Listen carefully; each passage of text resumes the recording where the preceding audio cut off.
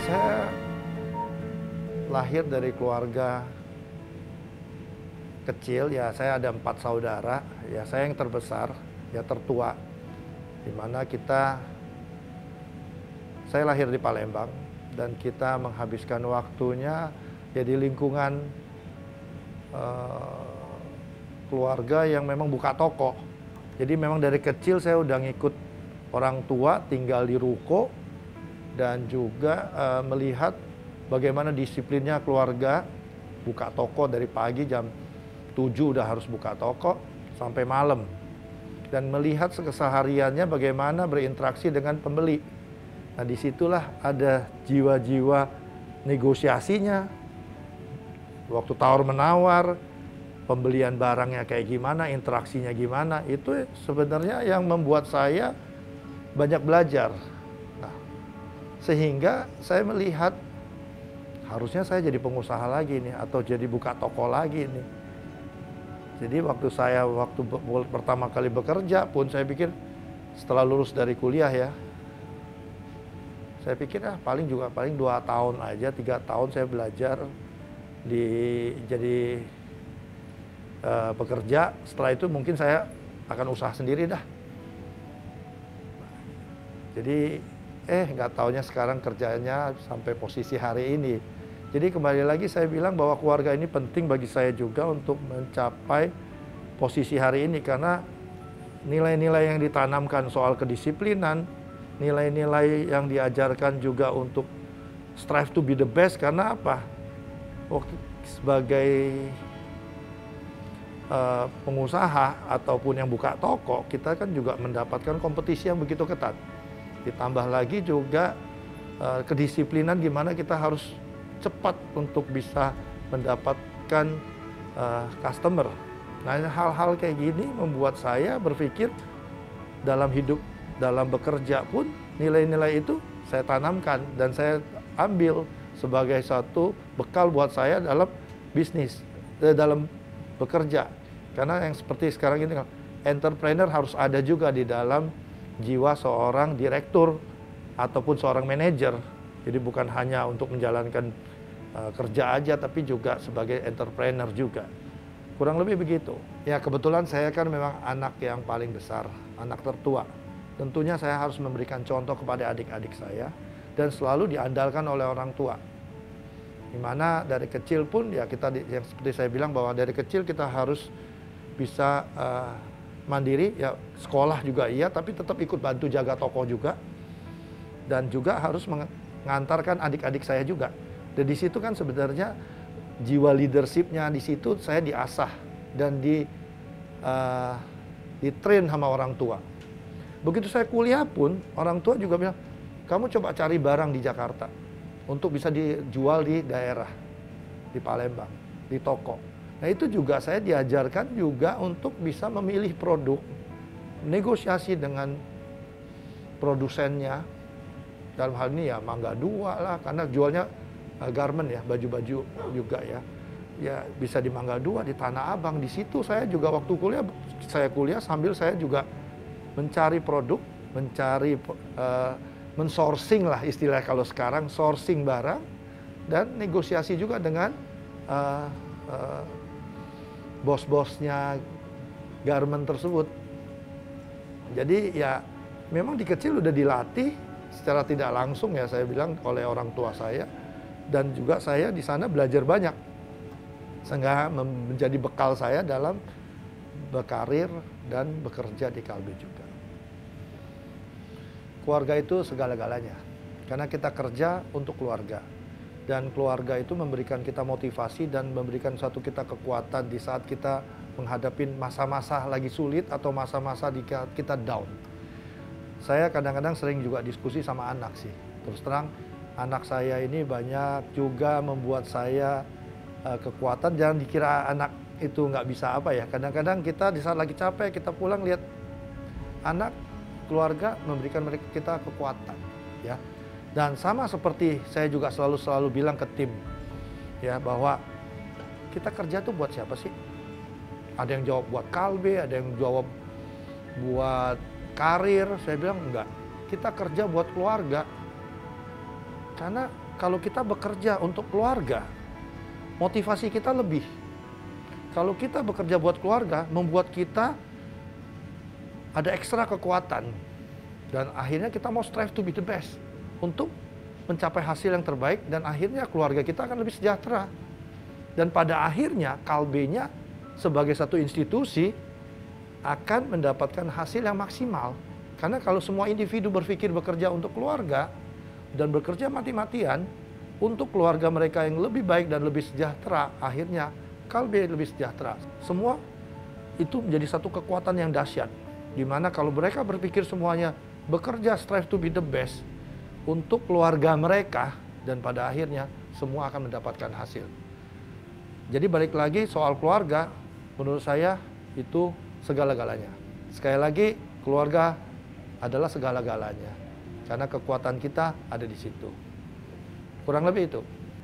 Ya, tahun 94 saya masuk pertama kali ke Bintang 7. Itu pun juga saya dapat surat undangan untuk bekerja, yaitu dari Bintang 7. Di mana mereka melihat dari buku alumni dan diundang untuk hadir wawancara. Ya, singkat cerita, saya tahun 94 bulan Agustus saya masuk ke Bintang 7. Jadi sekitar 27 tahun yang lalu. Ya, selama bekerja itu saya selalu diberi satu tantangan oleh Kalbe. Memang sebenarnya saya juga orangnya cepat bosanan juga, dan ya saya termasuk orang yang fast learning, cepat belajar, cepat beradaptasi. Sehingga bagi saya begitu diberi satu kesempatan untuk berkarya, saya selalu menganggap ini sebagai suatu tantangan. Contoh tahun 94 saya di Bintang 7, 98 saya masuk Kalbe. Begitu 98 di Kalbe pun tugasnya ngurusin ethical kan dulu. Waktu 94 di Bintang 7 OTC di mana di sana ada komiks, waisan dulu ada, dan juga mulai tahun-tahun itulah Extra Joss keluar. Karena kita berpikir bahwa kalau hanya mengandalkan Puyer 16 itu tambah lama tambah turun, karena itu rasanya pahit dan makin banyak orang yang anak-anak muda nggak mau, sehingga harus mengeluarkan produk-produk yang berinovasi seperti komiks ataupun Extra Joss. Nah, Extra Joss tahun 95-an itu di launching di Bintang 7. Saya di Bintang 7 memang di bagian export department, tapi karena itu perusahaan kecil, waktu itu nggak sebesar sekarang ini, jadi banyak hal yang kita dapat pelajaran, jadi nggak spesialis banget. Dimana kita semua belajar dari A sampai Z, dan itu sangat kekeluargaan sekali.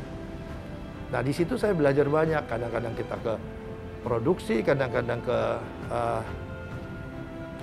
gudang, kadang-kadang juga ke business development. Itu hal yang biasa di Bintang 7, di mana kita semua dapat belajar. Jadi kalau dibilang bahwa disitulah saya banyak belajar.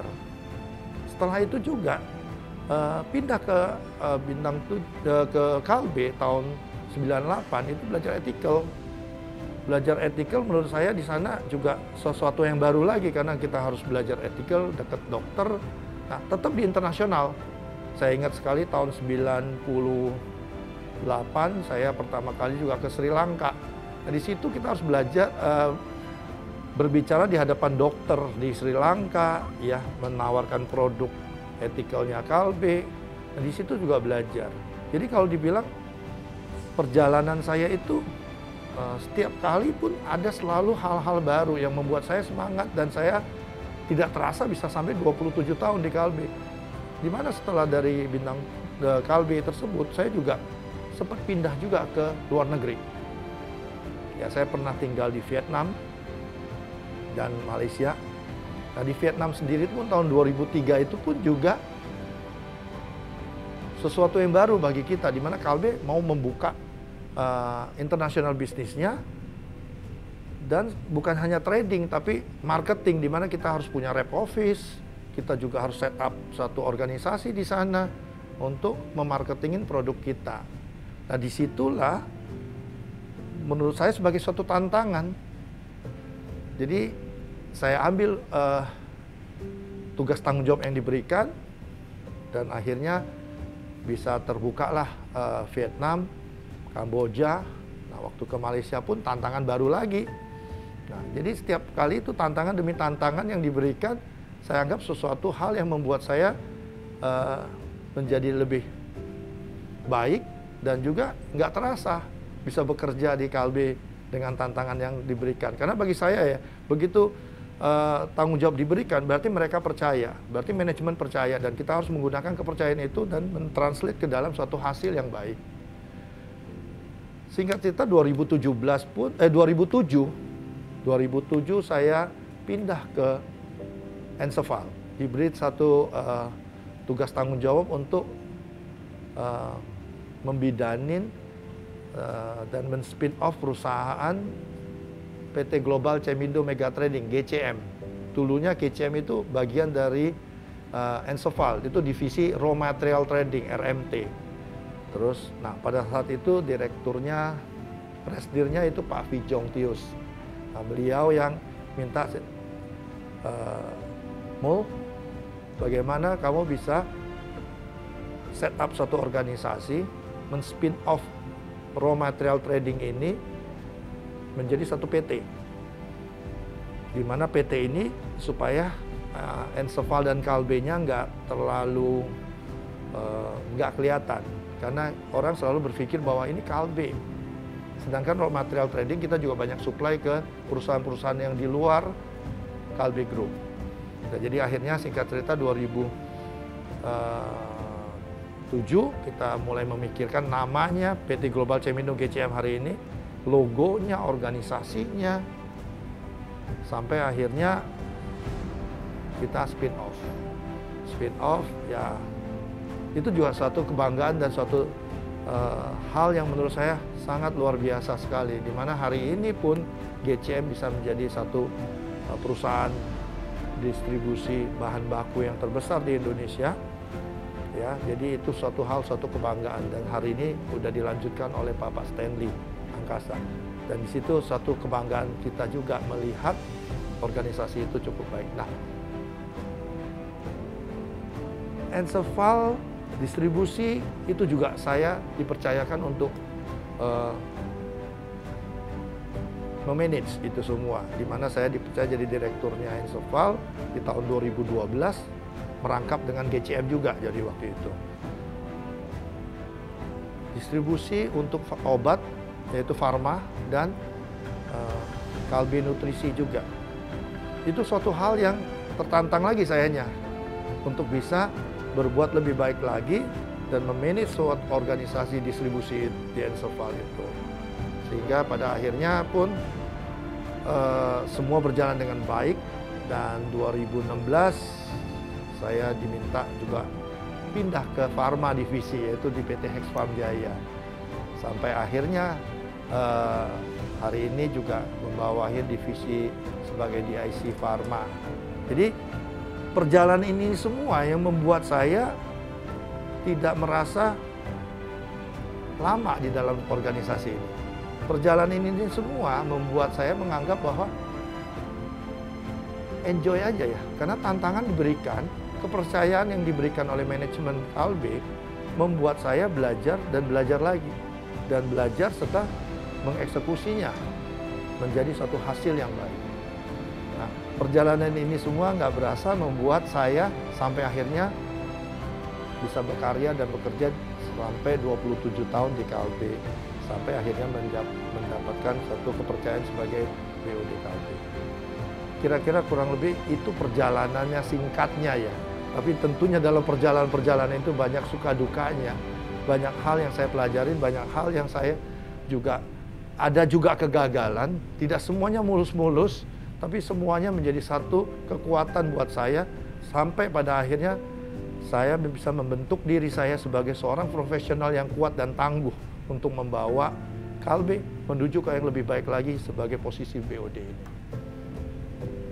Tantangan menjadi bagian dalam hidup saya. Karena dalam hidup ini nggak bisa sangat smooth-smooth aja. Saya selalu menganalogikan dalam hidup ini, dalam berjalan ini, di tol ini, kalau menurut saya tol itu nggak ada tantangan. Tol mulus saja. Itu membuat kita bisa lebih lengah dan juga ngantuk. Tapi kalau hidup ini dengan tantangan, itu membuat gairah hidup kita lebih, dan adrenalin kita bekerja.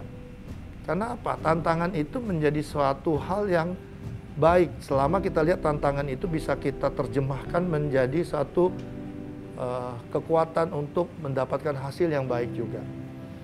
Ya, kurang lebih tantangan itu adalah part of my life, bagian dari hidup saya. Ya, kalau saya bilang ke teman-teman di Kalbe, jangan takut dengan tantangan. Tantangan itu akan membuat kita lebih dewasa, tantangan itu membuat kita lebih kuat, dan tantangan itu membuat kita lebih kreatif. Karena dengan kita menghadapi tantangan, kreativitas kita akan muncul, kekuatan kita dan semangat kita akan lebih untuk bisa memenangin dan bisa menyelesaikan tantangan itu. Kalau ditanya, kira-kira ada nggak yang membuat hal yang saya tidak bisa dilupakan? Ada yang suka dukanya, dimana kadang-kadang saya juga melihat, pertama kali contoh saya bekerja di tahun 94 bulan Agustus. Baru kerja, baru belajar, itu apa itu paracetamol ya, saya harus belajar. Belum sampai 3 bulan saya diminta untuk berangkat ke luar negeri. Tentunya senang dong. Ke luar negeri kemana ya? Ternyata dibilang, coba kamu survei pasar dulu, up country ke Nigeria. Wah, saya bilang, belum 3 bulan. Sudah disuruh berangkat up country ke negara Afrika, Nigeria. Itu pengalaman yang tidak terlupakan bagi saya. Di mana saya harus up country ke Nigeria. Saya bilang ke mama saya harus berangkat ke luar negeri. Luar negeri kemana? Ke Afrika. Afrika. Nggak kebayang tahun 94 kayak apa Nigeria itu. Tapi ini suatu hal yang buat saya ya tidak terlupakan bagi saya. Saya harus ke Nigeria, melihat pasar di sana, berdiskusi dengan orang-orang Afrika, dan pada akhirnya saya diizinkan orang tua untuk ke sana. Nah, itu suatu hal yang sangat tidak bisa saya lupakan. 94-nya Nigeria itu, saya kadang-kadang kalau flashback, saya juga kadang-kadang ngeri, ketawa, dan juga merasa kok bisa ya. Tapi itu yang terjadi. Sebagai contoh, 94 di Nigeria, saya up country ke sana. Karena di sana kan kita jualan cukup banyak juga di sana untuk obat-obat OTC kita. Ya, di mana saya harus survei pasar. Suatu saat saya harus berangkat ke kota keduanya dari kota besarnya, ya. Ibu kota provinsinya itu Lagos waktu itu ya. Mau ke kota keduanya ya, kita harus naik pesawat. Itu satu hal yang menarik juga. Tahun 94-nya Nigeria waktu itu.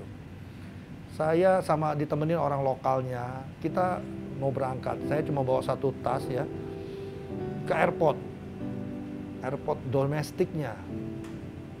Sampai di airport, mungkin kebayang sama teman-teman ya. Yang namanya terminal Pulau Gadung aja lebih bagus. Kenapa? Kita tunggu di sana udah sangat banyak orang. Ada yang bawa ayam, ada yang bawa beras, ada yang ini. Itu seperti hal yang biasa di situ. Jadi surprise juga saya pada saat itu. Ini yang terjadi. Setelah itu buru-buru kita mau naik pesawat kan. Pernah suatu saat saya mau naik pesawat juga. Kita buru-buru karena waktunya udah mepet. Begitu kita mau naik, semua pada rebutan kan. Begitu kita mau naik jalan dari ruang tunggu mau ke pesawat, karena nggak ada yang pakai Gibraltar itu, tapi jalan kita, jalan. Saya lihat jalan. Begitu mau naik pesawat, ada anak tangganya, keluar yang namanya pramugarinya. Full tomorrow ya. Jadi ini apa bedanya dengan bus kota ini? Tapi itu menarik. Antara kesel, lucu, dan ya inilah Nigeria. Ya. Tanpa mengecilkan, tahu hari ini Unma udah bagus sih. Sekarang udah bagus sih. Saya rasa udah bagus. Karena kita bicarakan 94 pun berarti apa? 27 tahun yang lalu.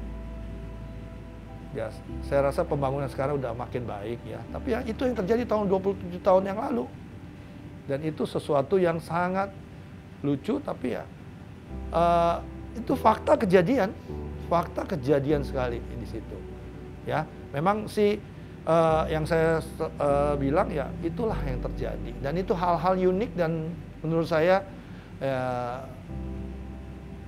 yang patut juga saya catat dalam kehidupan saya ya. Karena ada hari itulah membuat saya ada hari ini. Ya, itu yang membuat saya bilang Nigeria sesuatu negara yang tidak bisa dilupakan juga. Karena itu negara di mana saya keluar negeri pertama kali ya ke Nigeria. Tentunya bukan hanya Nigeria, ada negara sebelumnya yaitu kita ke Eropa dulu. Karena itulah baiknya Kalbe. Sebelum kamu ke Nigeria dulu, ke Eropa dulu ya. Ke Eropa dulu 1 malam, terus baru ke Nigeria. Setelah Nigeria balik lagi ke Eropa. Itu sesuatu yang tidak terlupakan dalam hidup saya juga. Tapi itu juga mengajarkan satu saya untuk kuat dan tangguh, tidak udah menyerah. Begitu dibilang Nigeria, bisa aja saya bilang, enggak Pak, saya nggak ikut, saya keluar aja. Kan baru kerja belum 3 bulan. Udah takut dulu, dan saya nggak pernah takut. Dan kita nggak boleh takut, dan kita tidak boleh menyerah dengan tantangan. Karena ke Nigeria ini suatu tantangan juga kan. Perjalanan dari Indonesia ke Afrika ke Nigeria itu perjalanan yang cukup panjang. Ya, 12 jam ke Eropa, dari Eropa ke Nigeria 6 jam, total 18 jam. Di tahun 94 tuh, bukan sekarang ya, 94. Kebayang kayak apa 94. Itu satu hal yang tidak terlupakan kalau bicara soal pekerjaan itu. Tapi ada hal lain juga yang saya rasa juga hal yang membanggakan bagi saya juga, di mana saya bisa men-spin off satu organisasi, yaitu GCM, yang dari divisi menjadi PT Global Cemindut Mega Trading. Dari namanya, logonya, saya diberi kesempatan oleh manajemen untuk bisa mengatur itu semua sampai organisasinya. Dan saya sangat bangga sekali, sampai hari ini menjadi perusahaan distribusi bahan baku terbesar di Indonesia. Siapa sosok yang menurut Bapak paling berjasa dalam perjalanan karir Bapak? Saya merasa sosok Bapak almarhum Apik Ibrahim. Beliau adalah suatu sosok yang bagi saya sangat berarti. Karena beliau memberi saya kesempatan untuk bekerja di Kalbe. Di Bintang 7, sorry. Di Bintang 7. Jadi beliau yang merekrut saya tahun 94. Dan beliau sendiri yang menginterview saya di tahun 94 di PT Bintang 7. Karena kebetulan pada saat itu beliau menjadi leader pimpinan di Bintang 7. Jadi saya diinterview oleh Pak Lim Susanto, atasan saya, dan Pak Apik Ibrahim. Dan saya masih ingat sekali sampai sekarang. Pak Apik menanyakan saya, apa motonya Bintang 7? Setiap kali iklan muncul, dulu kan kita di OTC Bintang 7 kan sering banyak iklan dari komik, Waisan, ya, Extra Jus belum ada waktu itu.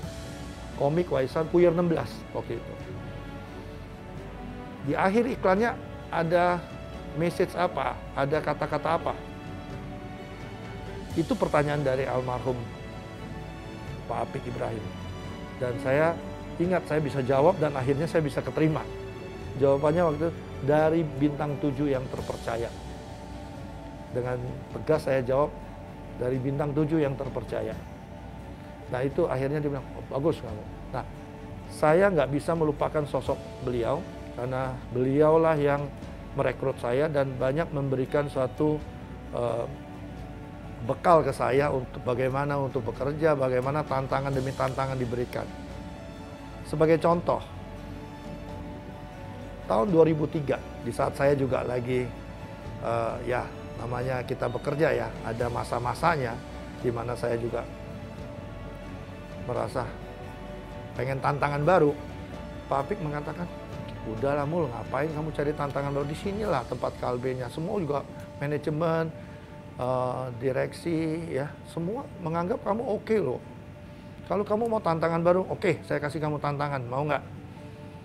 Kamu coba ke Vietnam. Ke Vietnam? Iya, coba kamu ke Vietnam.